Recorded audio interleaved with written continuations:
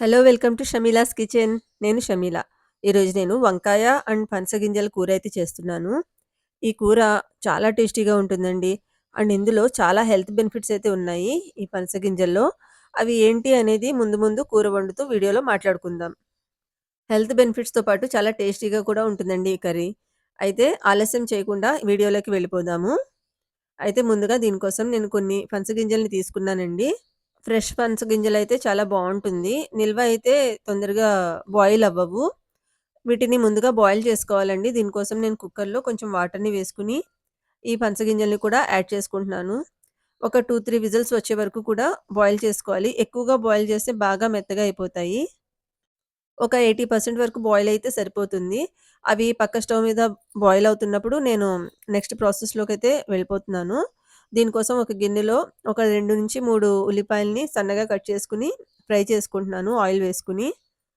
ఈ ఉల్లిపాయలు కట్ చేసుకొని ఫ్రై చేసుకునేలోపు మన గింజలైతే బాయిల్ అయిపోయాయండి. ఇవన్నీ చల్లారిన తర్వాత ఇలా నెమ్మదిగా వీటి స్కిన్ అయితే పీల్ చేసుకోవాలి. మరీ ఎక్కువగా బాయిల్ అయితే ఇలా స్కిన్‌ని తీస్తున్నప్పుడు మొత్తం గుజ్జు గుజ్జుగా అయిపోతాయండి. పౌడర్‌లాగా వచ్చేస్తుంది. కాబట్టి ఒక 80% వరకు బాయిల్ చేసుకుంటే సరిపోతుంది. ఆ తర్వాత ఇలాగా వాటిని మనకు నచ్చిన షేప్‌లో కట్ చేసుకోవాలి. నేనైతే నిలువుగా కట్ చేస్తున్నాను. ఈ గింజల టేస్ట్ అయితే చాలా బావుంటుందండి. జీడిపప్పుకి రీప్లేస్‌మెంట్‌లా ఉంటుందిది. అంటే నాన్ వెజ్ కర్రీస్‌లో వేసుకోవచ్చు. చికెన్‌లో, మటన్‌లో లేదంటే కొబ్బరి పాలు వేసి వీటిని నార్మల్ ఇగురైనా వండొచ్చు. వీటిని ఇలా పీసెస్‌లాగా కట్ చేసుకున్నానండి. ఈలోపు మన ఉల్లిపాయలయితే ఫ్రై అవుతున్నాయి. ఈ గింజల బెనిఫిట్స్ తెలియని వాళ్ళు చాలామంది ఇలా తినేసి పనస పండుని తినేసి గింజలు పడేస్తారండి. అలా పడేయకుండా ఇలా కూరలయి చేసుకుంటే చాలా లాభాలున్నాయి. ఇందులో కొంచెం ఉల్లిపాయలు ఫ్రై అయ్యాయి. అల్లం వెల్లుల్లి ముద్దనైతే వేసుకున్నాను సరిపడినంత. అందులోనే వంకాయలు కట్ చేసి ఉంచుకున్నానండి ఉప్పు వేసి. వాటిని కూడా వేసుకుంటున్నాను.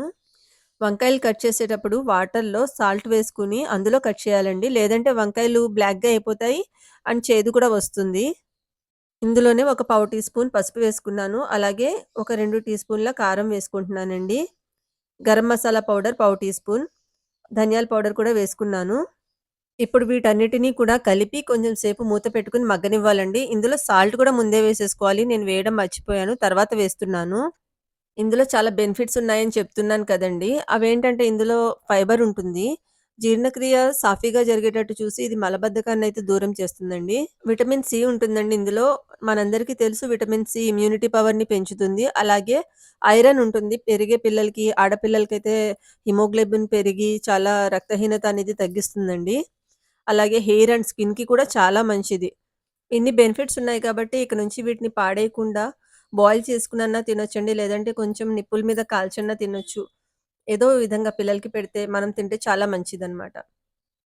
ఈ వంకాయలు కొంచెం మగ్గిన తర్వాత ఇందులో గింజలైతే వేసుకున్నానండి. అందులోనే కొంచెం కొత్తిమీరని కూడా వేసుకొని ఇవన్నీ కూడా కలుపుకున్నాను.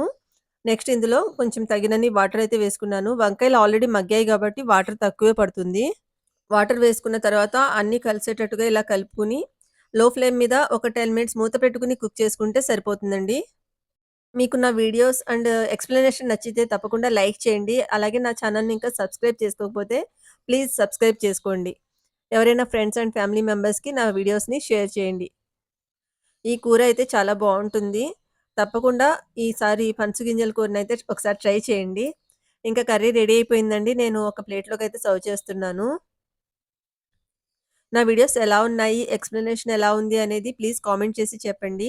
అలాగే మీకు వేరే ఏమన్నా డిషెస్ ఎలాంటివి పెట్టాలి అనేది కూడా కామెంట్ చేసి చెప్పండి. ఈ కర్రీ ట్రై చేసి ఎలా కుదిరిందో కూడా చెప్పండి. Thank you for watching my videos.